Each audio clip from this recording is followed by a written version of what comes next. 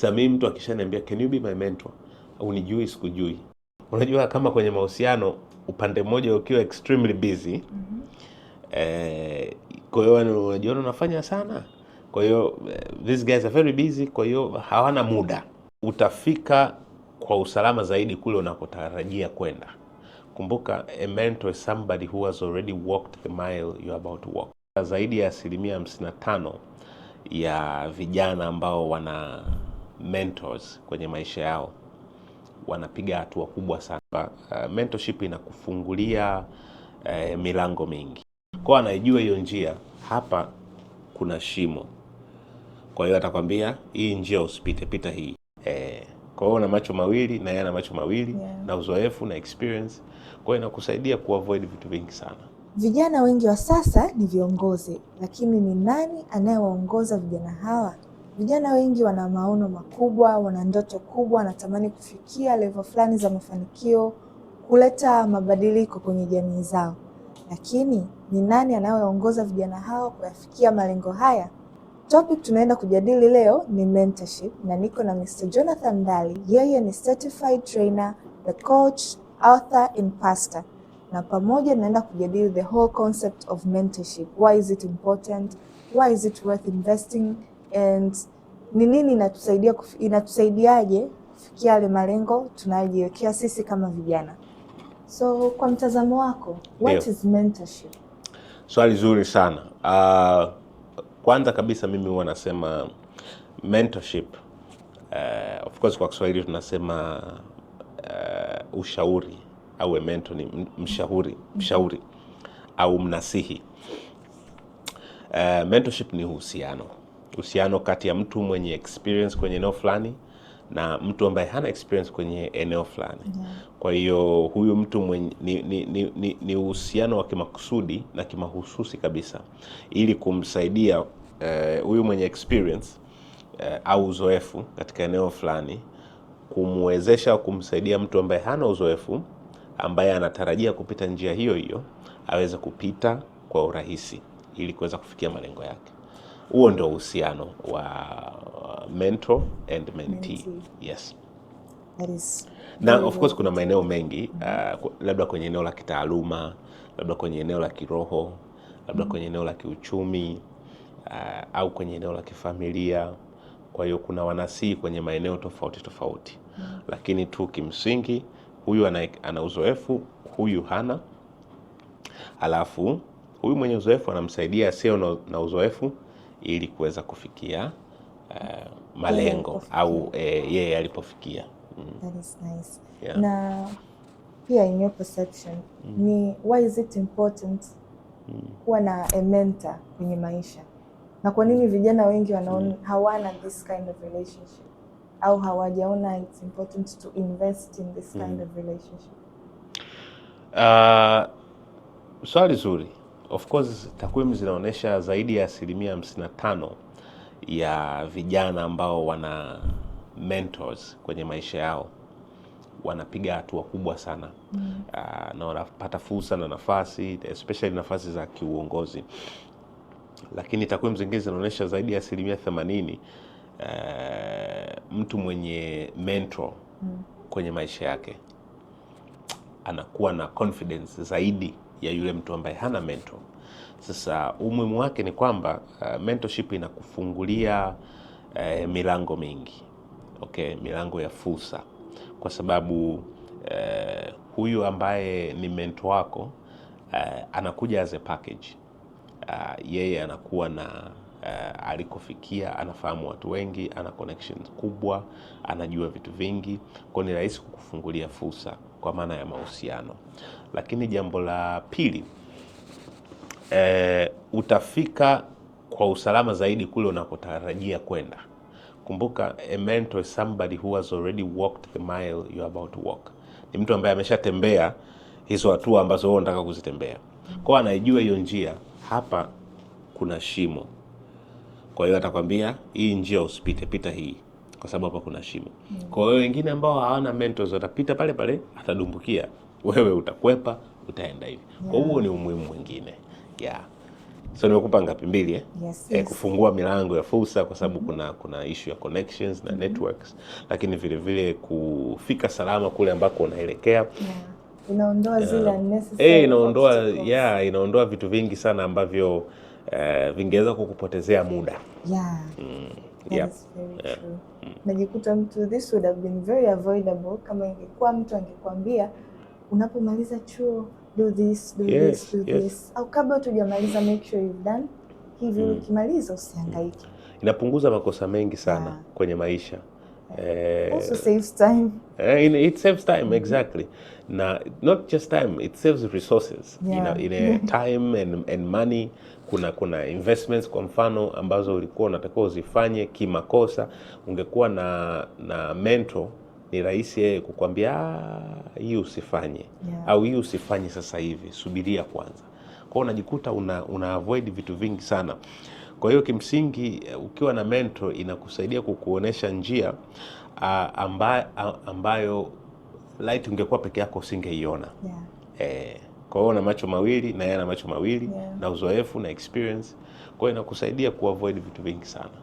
So you've told us umuhimu wa kuwa na mentors. It saves resources, it saves time, it opens more doors to opportunities. Lakini let's come into real life scenarios. Sawa. Vijana kwa takwimu zinavyoonyesha wengi hawana mentors wanaowaongoza kwenye maisha, wala they don't put that effort into getting mentors. Lakini kuna kale ka asilimia ambao they put in the effort in getting mentors. It's not an easy situation identifying a person, creating that relationship, starting that journey. It takes time and commitment. Lakini in this stage of beginning, kuanza kujenga huo uhusiano, what is the challenge? Inakuwa ni kwamba vijana they don't put in enough effort, au mentors hawafikiki, au what happens in between inasababisha mtu ndio anatamani kuwa na mentor, ana give up on the way, au haoni it's worth investing. What's the challenge? What's the obstacle iko hapo katikati? Okay, that's a very good question.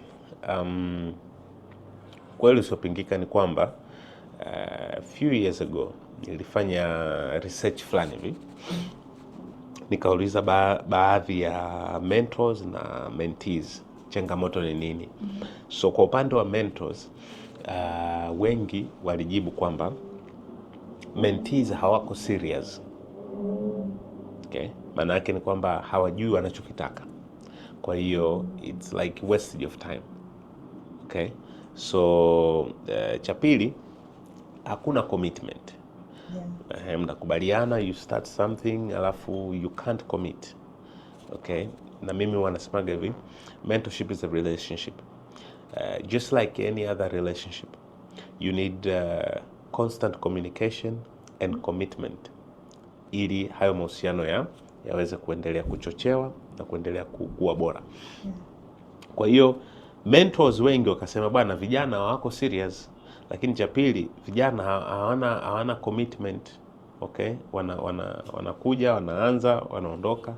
Lakini cha tatu, vijana wengi ni machinoo siku hizi kwa sababu ya availability ya taarifa, social media, AI and its tools.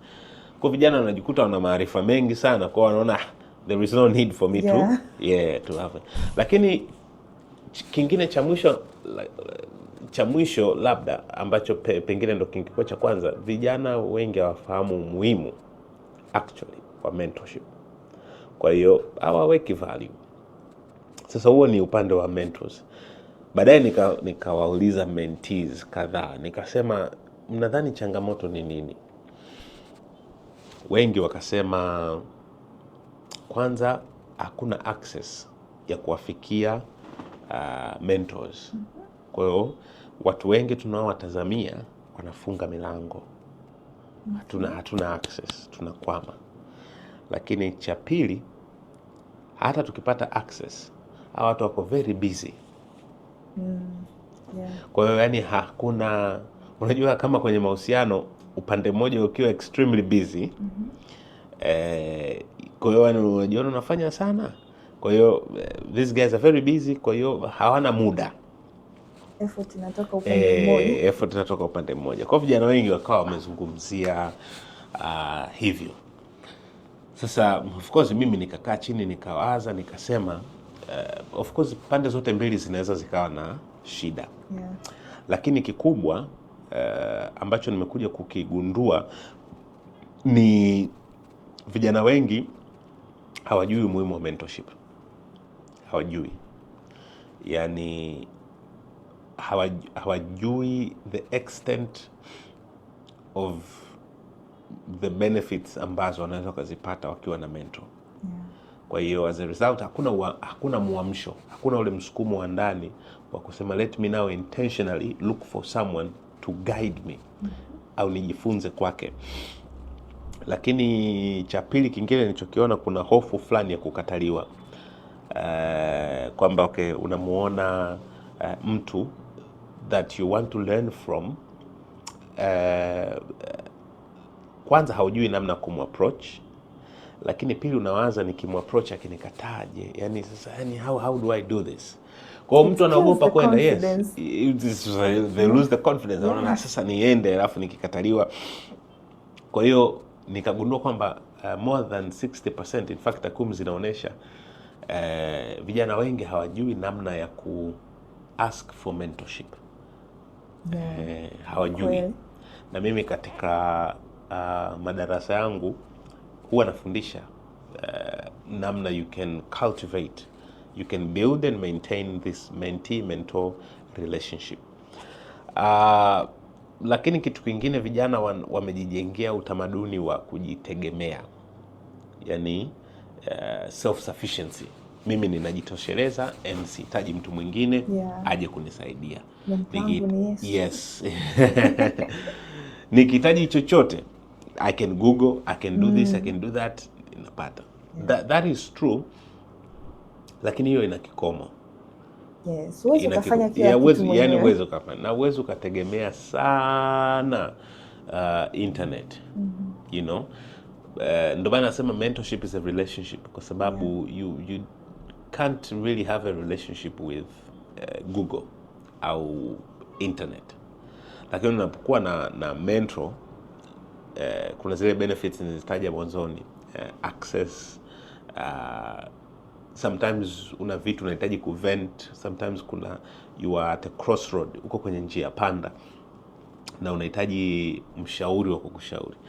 Kwa hiyo vijana wengi wanapata changamoto kwa sababu ya kukosa tu uelewa kuhusu mentorship.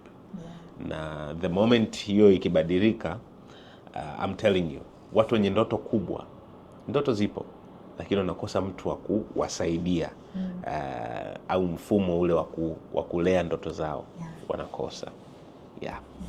So nimewahi kutana na a friend of mine, alinipa scenario moja.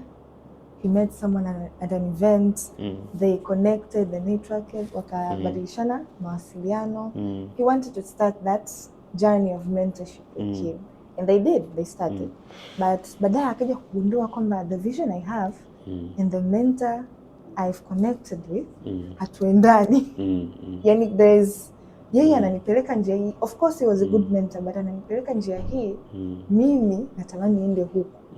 Sasa kuna kutokea conflict hapo katikati ya mentor na mentee, because the visions don't match, they don't align.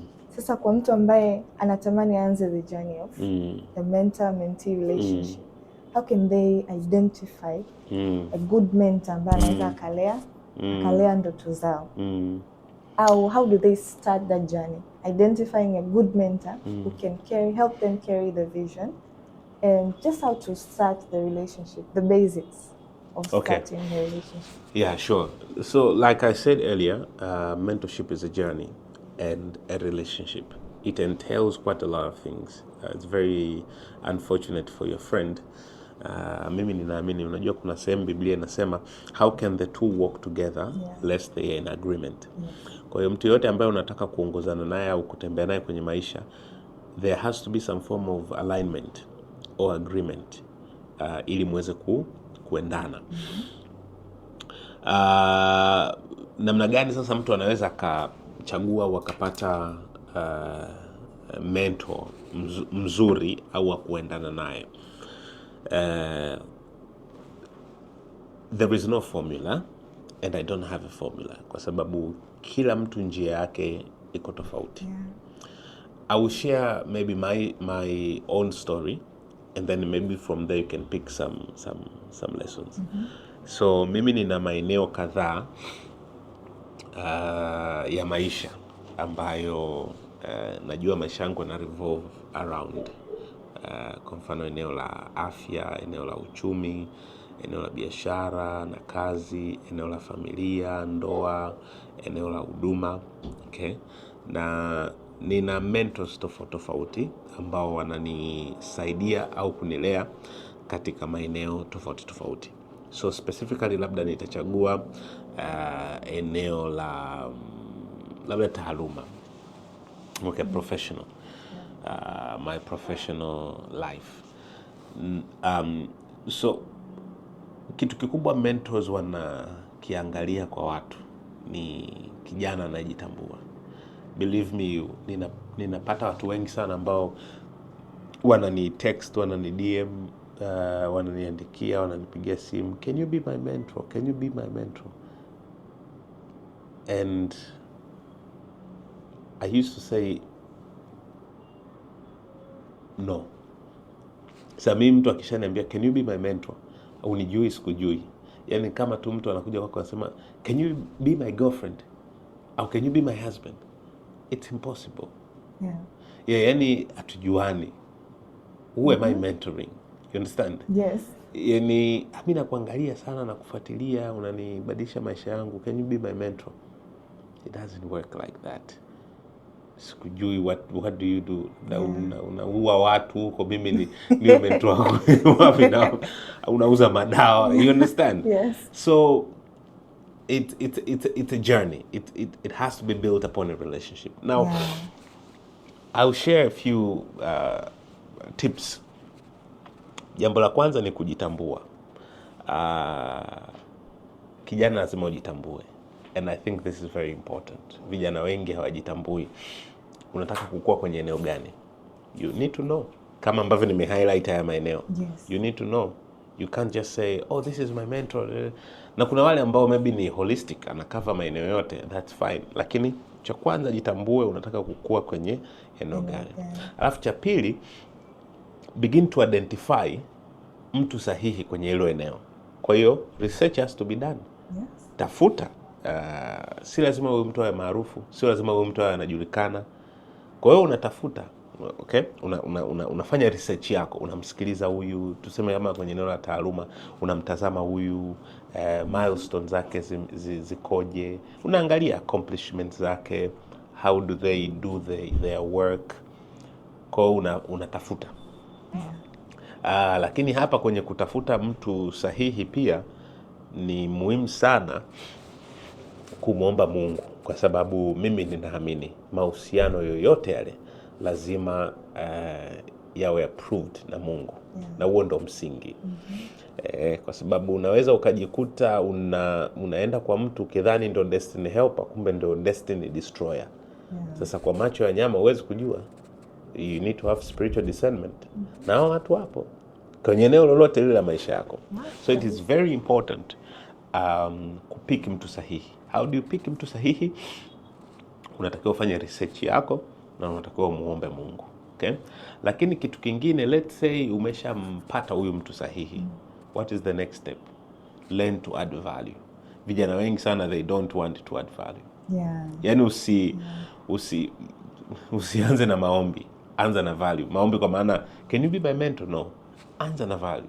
I'll give you my story. Kwa mfano kwenye eneo langu la taaluma, I identified somebody, I studied that person, nikaona huyu anafaa mimi kumtazama na kujifunza kutoka kwake.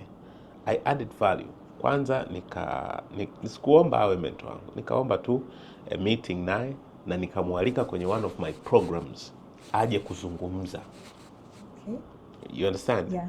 Aje kuzungumza.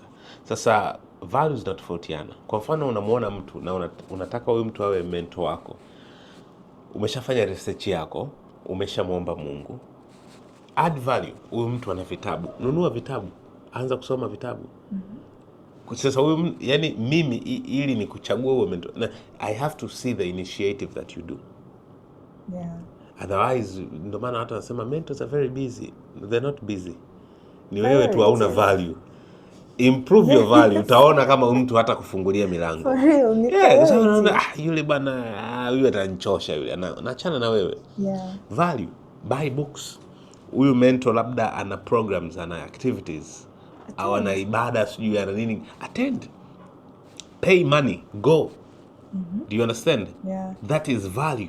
I think kwa vijana tukisikia mentorship, the relationship ya mentor na mentee, imekaa kama the mentor is meant to provide, the mentee is meant to receive. No, Yani, see, that's wrong. wrong. The wrong perception. Yeah, that's very wrong.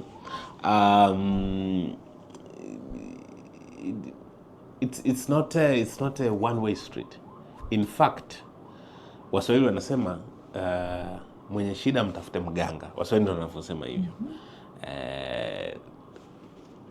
Maybe, lakini ukweli ni kwamba when you look at someone who is amepiga hatua, si ndio? Yes. Manake huyu mtu in terms of commitment atakuwa na mambo mengi sana kuliko hata wewe. Umeona? Yeah. Sasa kitu kikubwa na kizuri cha kufanya ni wewe uoneshe ile initiative, kwa sababu mentors wanatafuta initiative. Sasa wewe begin with value. Yeah. Na ukipata nafasi, kwa sababu ni mahusiano, state your case. Umeshafanya mambo yote matatu ya juu, state your case. Mimi ninajifunza kitu fulani sana kutoka kwako. Ninatamani uendelee kunicoach kwenye ile eneo. Natamani uendelee kunisimamia kwenye ile eneo ili nipige hatua kama hapo. Umeshafanya haya huko juu. Mtu ataona okay, huyu anajielewa, let me spend my time. Na kwa viongozi wazuri, kwenye kitabu changu nimeandika great leaders produce more leaders. Kwa hiyo kwa kiongozi mzuri ataona okay, hii ni fursa kwangu kwa ajili ya kuproduce viongozi wengine zaidi. That's value itself there. You're giving the mentor an opportunity to create a new leader. Yes, kabisa. You know? That is good. Yeah. So you've mentioned in your life you've had mentors. Hakuna one size fits all. Kuna maeneo mengi kwenye maisha we can be mentors. Absolutely. There is no one formula kwamba ni ABC. Hakuna one formula.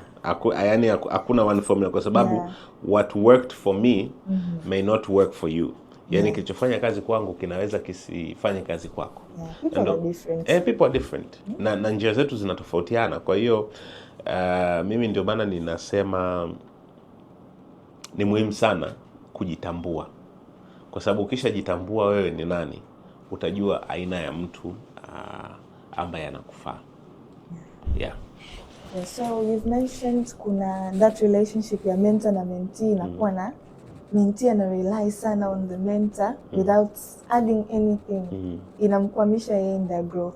So I think kwa upande wa mentee ya vijana ni kwamba there is that, anashindwa kutofautisha, this is my mentor au this is my friend au this is just someone who is kuna that importance haipo.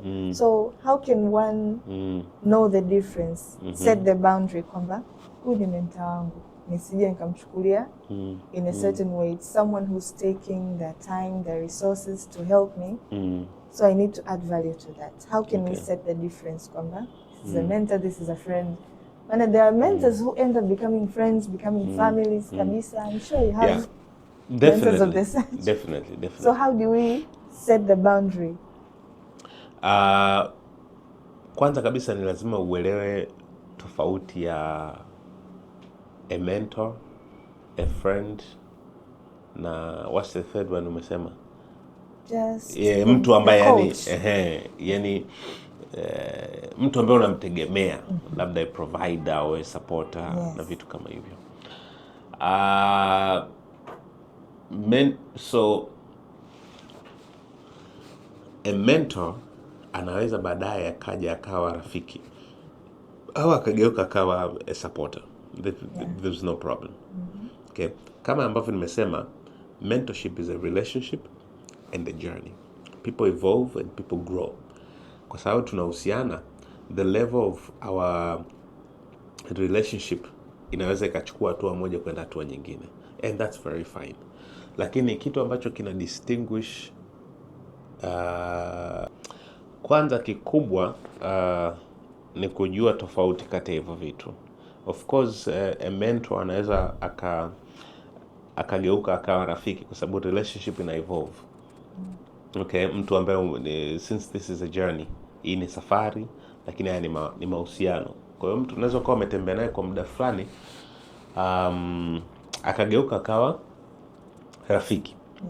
Now kikubwa ni kujua kwamba lengo la mwisho la mentorship ina mwelekeo, mentorship ina malengo, mentorship ina accountability au uwajibikaji.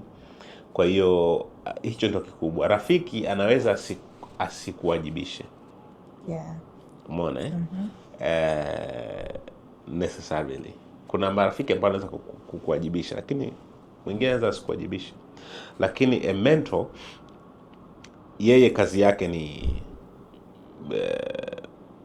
kukuwajibisha.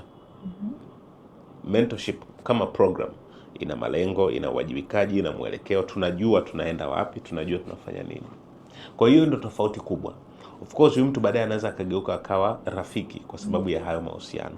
Lakini it does not defeat the purpose. Purpose inabaki pale pale, kwamba mentorship ina malengo, mentorship ina accountability, mentorship ina mwelekeo, kwamba kuna kitu at the end of this journey, at the end of this program tunataka accomplish. Kwa hiyo mentor atakufundisha kujisimamia, mentor atakufundisha kuwa stronger, atakufundisha nini cha kufanya, nini cha kutokufanya, atakusaidia, atakufundisha. Kuna nyakati anaweza kweli akakubeba, lakini the ultimate goal sio kukubeba au kukupampa. The ultimate goal ni ili wewe uweze kusimama, uwe bora, kwa sababu yeye si yuko sehemu fulani, ili na wewe ufikie sehemu ile au uende zaidi. So the purpose ndo ina maintain the relationship. True. Ikiwa tofauti na hapo sasa, and it's a two-way effort. Yes, it is. Vijana pamoja na the mentor himself. So can you share a testimony? You've had a lot of mentors in your life. Umekuwa na mentor, just one of them, ambaye alileta impact kwenye maisha yako. Ni namna gani alibadilisha mtazamo wako? How they helped you move from point A to B? Just a short testimony if you could. Yeah, sure, absolutely. I have a lot of testimonies. Wow. Yeah, lakini I have one of my mentors. Going to tell maybe two stories or so. The first one, aliwako kuna biashara fulani nilikuwa nianzishe. Nikamwambia bwana, there's this business I want to start. Akaniambia straight up, don't start it. You can't do it. Kwa sababu ananifahamu, I'm telling you, ananifahamu vizuri sana. Yeah, don't start it. You can't do it. Nikamwambia, what do you mean I can't do it? Kaanza kwa defense. I said, no. I know you. Don't do this. Do something else. Okay. Mimi nikambishi bana, akasema, akaniambia okay, if you want to start. Kweli, I started that business and it failed. It collapsed after I think 3 years. Completely kabisa out. Yeah. Baadaye ndo nikawaza nikasema okay. Lakini sasa kipindi kile I was still growing. Na nilikuwa ninajifunza kupitia mistakes. Yeah, kwa hiyo it was a learning curve. Nikawa nimejifunza. Na especially ukiwa na mentor kwenye eneo la biashara ambaye pia ana hofu ya Mungu.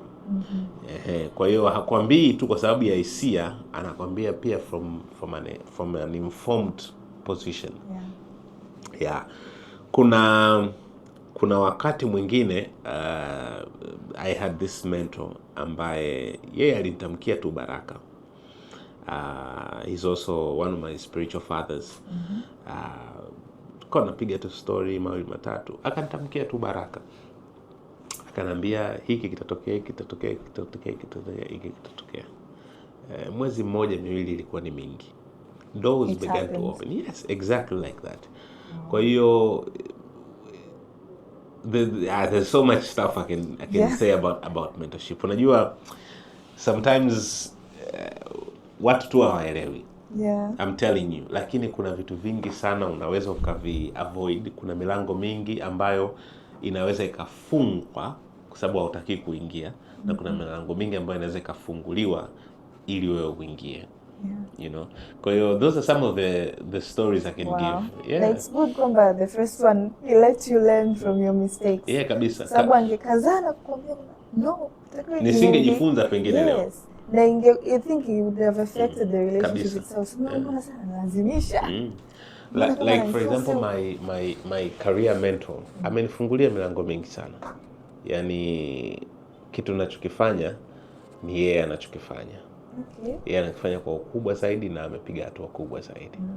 Kwa kuna milango mingi sana ananifungulia. Anasema hii hapa, hii mtafuteni Jonathan. Hii hapa, hii mtafuteni Jonathan. Yani unajua kuna mtu anaweza akakutaja jina lako kwenye sehemu ambazo wewe hata ukutegemea kwenda. Kwa sababu ni kwanza anajivunia huyu kijana wangu, you know? Stuff like that. As simple as that. As simple as that. Na kwa sababu imetoka kwake na yeye anaheshimika, he endorses you. He endorses you. Na inakuwa rahisi sana hata kwa huyu mtu anakuja akiwa na uelewa kwamba nimekuwa referred kwa Jonathan kupitia mtu fulani.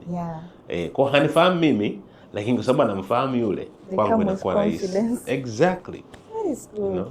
So mentorship is very important, yeah. That is good. Wow. Yeah. A lot of it. I can tell. Umechagua katika nyingi. Sure. Yeah. So kipewa nafasi leo hii uzungumze directly na kijana ambaye ndo let's say maybe yuko chuo au amemaliza chuo bado yuko anajitafuta hapo katikati, because mostly vijana wengi wakimaliza chuo kuna that period of orientation ya mtaani. Yeah. So how would you advise them? Kwanza waelewe kwamba mentorship is very important na ina manufaa makubwa sana, so wasichukulie lightly or for granted. Hicho cha kwanza. Cha pili, wajitafute, wajipate. Yani kijana lazima ujitambue. Yani you can't have, hauwezi kwenda kwa mentor akakusaidia kama wewe mwenyewe hujajitambua. Kwa hiyo lazima ujitambue wewe kama wewe. What are your strengths, what are your weaknesses, kusudi lako ni nini na wapi unaenda. Know what you want. Know what you want. It's very important. If you don't know what you want, ukienda kwa mtu utakuwa unampotezea muda. Kwa hiyo know what you want. Na kitu kingine mimi nashauri sana vijana watafute maarifa. Watafute maarifa. Maarifa ni very important. Kwa hiyo ukishajua kwa mfano mimi nataka kuwa photographer. Right? The irony. Mimi nataka kuwa photographer, si ndio? Yeah. Pata maarifa about photography. Before even you go to that mentor, unakuwa na maarifa, unapata kujua. Kwa sababu hakuna kitu mentors wanapenda kama mentee anayejielewa. Kazi yao inakuwa rahisi kwa sababu kuanza kukufundisha, mzigo ni mzito. Inakuwa rahisi tu, maji tayari yana flow kwenye mkondo. Yeye kazi yake ni kuchimba mfereji tu ili yaende kushoto, yaende kulia, yaende deep zaidi, yaende juu hivyo. Alafu kitu kingine, jenga tabia nzuri. Tabia nzuri, kwa mfano tabia kutoa feedback.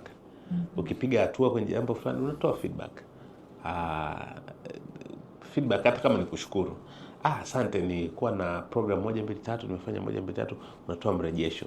Sometimes huyu mentor anaweza kuwa na mambo mengi sana, hana muda kwanza kukupigia simu, kukubembeleza. Imagine if mtu kama mimi I mentor a lot of people, right? Yes. Yani niwe na karatasi naanza kama call center. Unaendeleaje? It cannot work like that. Yeah, it has to be a two-way thing. Yani it cannot work like that. Yani mimi nikusaidie ufike unakoenda, afu bado niende kukupigia, niende kukusumbua. Na kuna sehemu, kuna baadhi ya mentors wanaweza kufanya hivyo. Kuna sehemu hiyo ipo. Kwa mfano, ukiwa mchungaji, you disciple a lot of people, obviously utakuwa unawafuatilia na nini na vitu kama hivyo, lakini I'm talking about, let's say, professionalism, in the professional aspect, labda biashara au kazi, career wise, unatamani mtu awe anakufuatilia, inaweza ikawa impossible, especially kama huyu mtu ana mambo mengi. Kwa hiyo jenga tabia nzuri ya kutoa feedback, jenga tabia nzuri ya kumjulia hali. Of course, hata mentor kumjulia hali mentee wako. Yes. There has to be that. Kama nilivyosema, this is a relationship and a journey. It requires two things. It requires communication, constant communication, and commitment. Yeah. Very important. Kitu kingine labda cha mwisho na cha muhimu ni kuheshimu mchakato, kwa sababu safari ni mchakato. This is a journey and this is a relationship. Kuna mchakato. Huwezi ukataka tu kuanza leo uone matokeo leo. So ni mchakato, mnaenda taratibu, kuna kujikwaa, kuna kuanguka, kuna kufanya makosa. Kwa mfano mimi, one of my mentors nilikwambia, aliniambia usifanye biashara, hautaweza. Mimi kichwa ngumu nikafanya. Nika close down within 3 years. Right? Ni mchakato. Kwa hiyo kuna hiyo, leo nakwambia hivi najifunza, lakini I started a different business and it excelled. You understand? Kwa hiyo kitu cha muhimu sana ni kuheshimu mchakato. Takwimu zinaonyesha zaidi ya 70% ya watu wanaofanikiwa, inategemea sana ni nani amekushika mkono. So that is very important, kwa sababu tunategemeana. Huwezi kufika hapo ulipofika peke yako. Lazima kuna watu wamekushika mkono, lazima kuna watu wamekufundisha. So nani amefanya hilo zoezi? That's very important. Yeah. Ndio ushauri wangu kwa vijana. Yeah. I think humility kwa vijana, it's very important. Humility, yes, that's a great aspect. Humility ni jambo la muhimu sana, kwa sababu na rafiki yangu mmoja tulikuwa tunapiga stories siku moja, akaniambia kitu kimoja,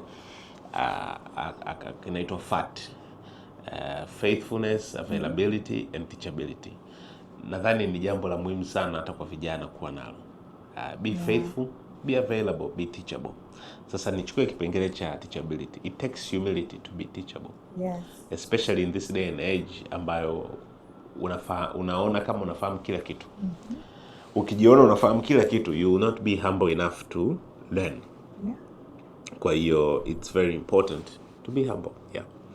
With the mentor ambaye amepiga tu, akiona this person someone kama anajua. Anajua, anakuacha. Yes, anakuacha. I don't have value to add to this person. And truth be told, the one time many years ago, I approached someone to mentor me. I had no idea. Okay, nilikuwa sina uelewa mkubwa sana kuhusu mentorship. Huyu mtu,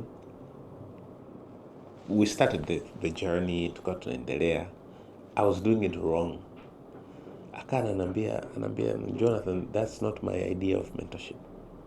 Kama if you want me to mentor, kama unataka mimi nikufanyie mentorship, listen to what I'm saying. Sasa mimi nilikuwa na ujuaji fulani hivi, yani ile safari haikwenda, to be honest. Lakini nadhani Mungu aliruhusu nipitie kwenye hiyo safari ili nijue how to approach mentors. Yes, and how is it supposed to be done. Yeah. I'm telling you, we never went anywhere. Kasema tu bana, na nadhani pia ni kwa sababu ya ujuaji. Kwa hiyo it's very important kuwa teachable. The moment umeamua kusubmit kwa mtu ili akuguide, akufundishe, akusaidie kufika pale ambapo unataka kufika, listen to them.